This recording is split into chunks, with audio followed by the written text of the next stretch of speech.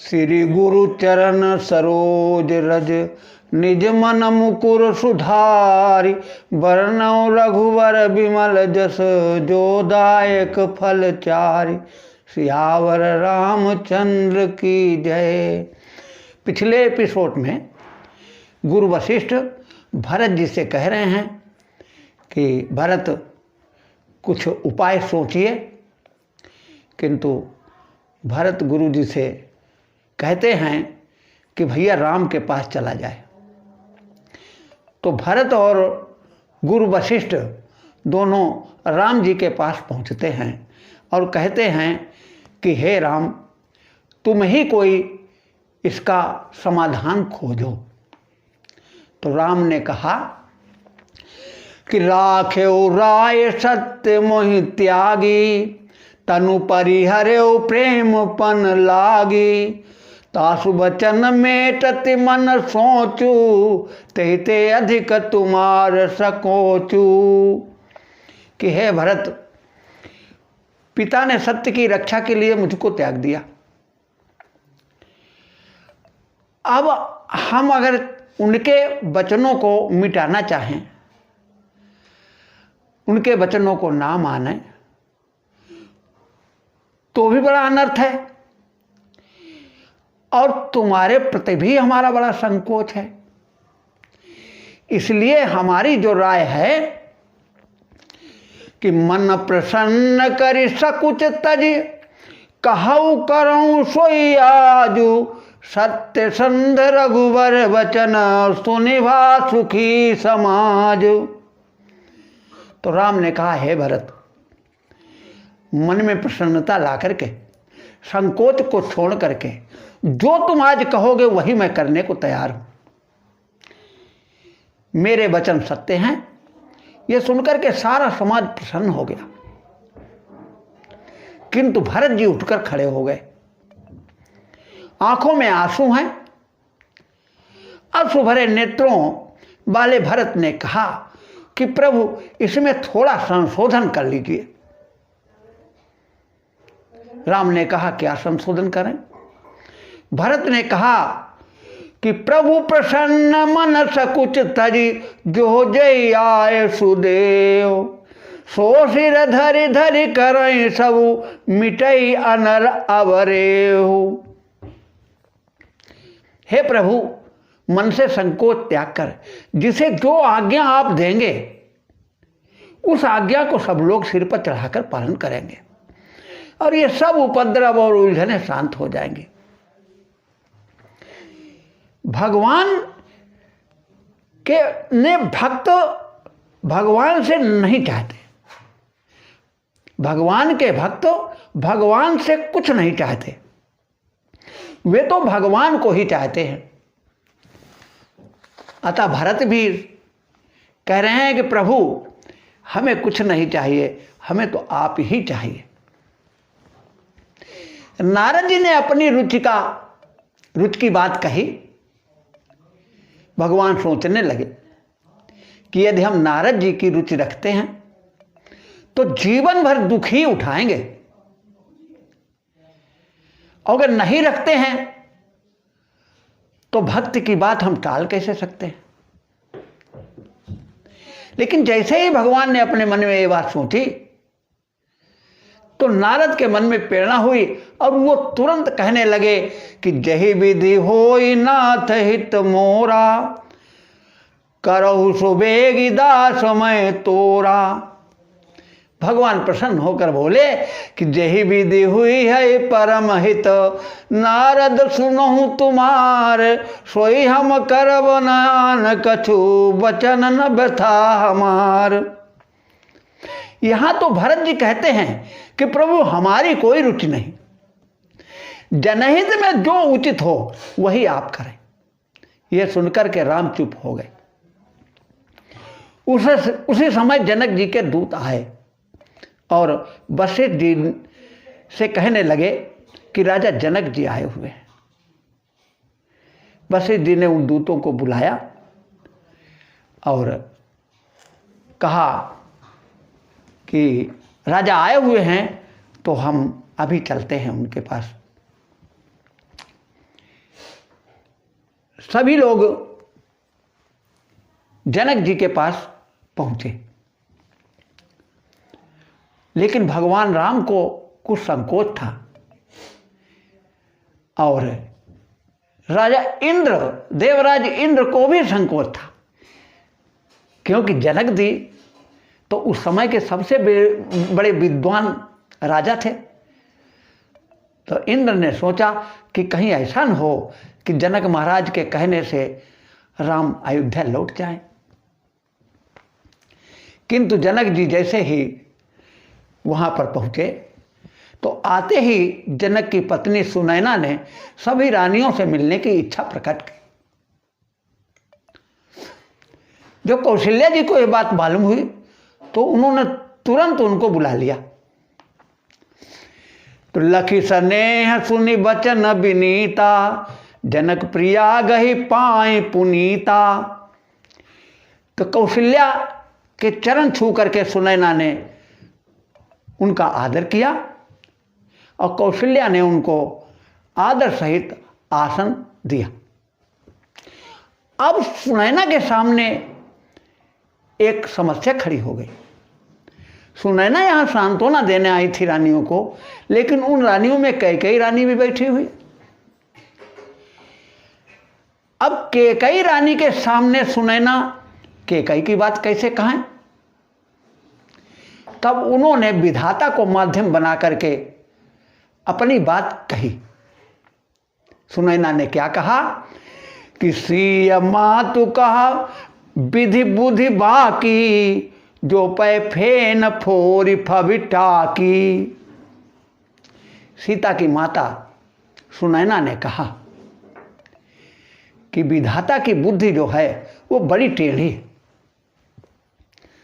उसने दूध का फेन तोड़ने के लिए वज्र की टाकी का प्रयोग कर दिया। दूध क्या है? अयोध्या का राज्य।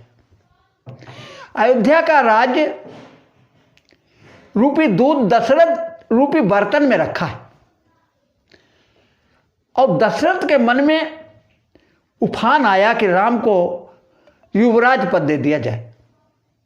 वज्र की टाकी यहां कैकेयी के ही वचन है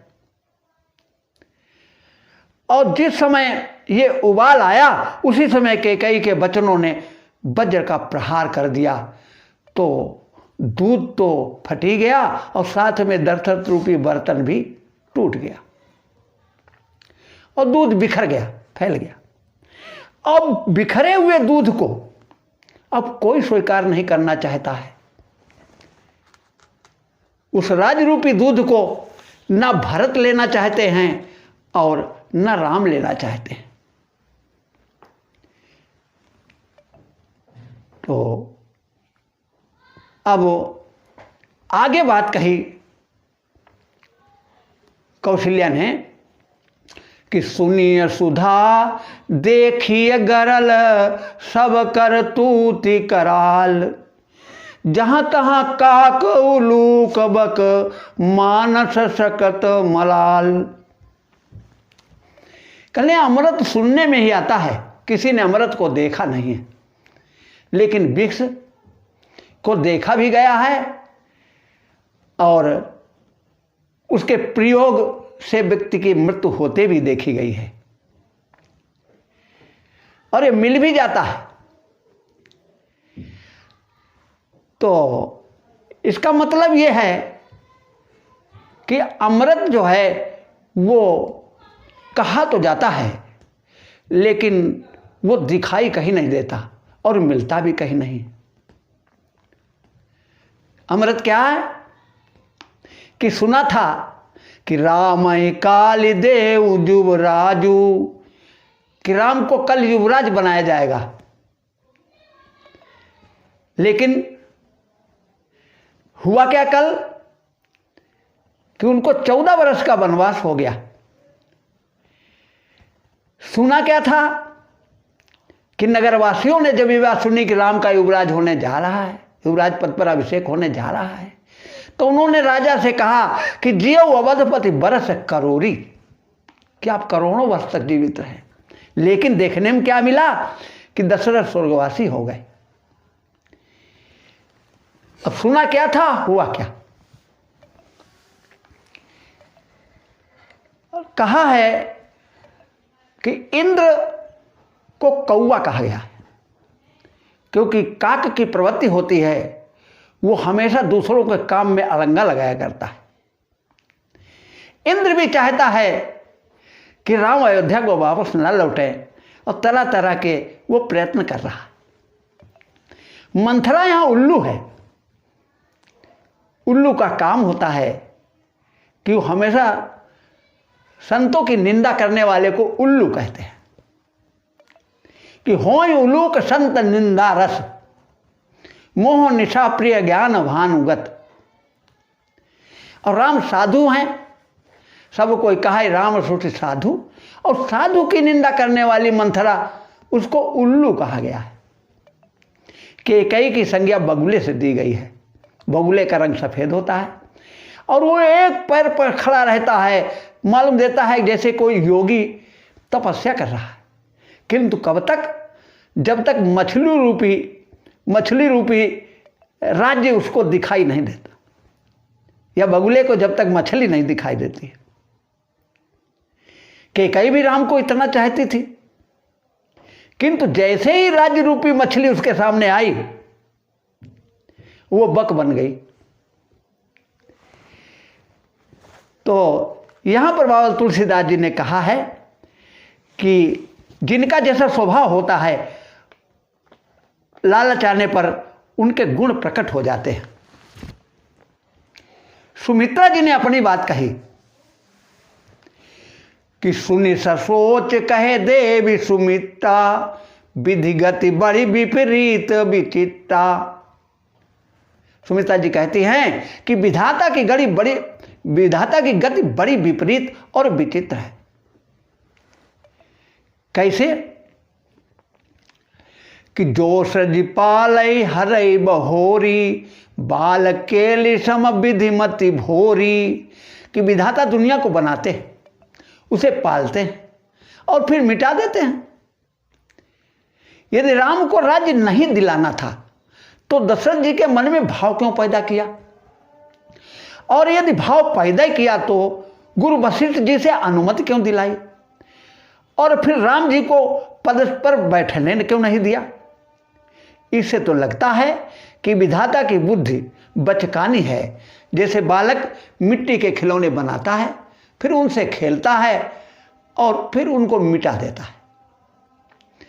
कौशल्या जी कहती हैं, कौशल्या कहे दोष न काहू, कर्म विवश दुख सुख क्षति लाहू। कौशल्या जी ज्ञानमयी और भक्तिमती माता है, अतः उन्होंने कैकेयी का दोष न मानकर विधाता को दोष दिया। और इतना कही रही थी कि कौशल्या के आंखों में आंसू आ गए।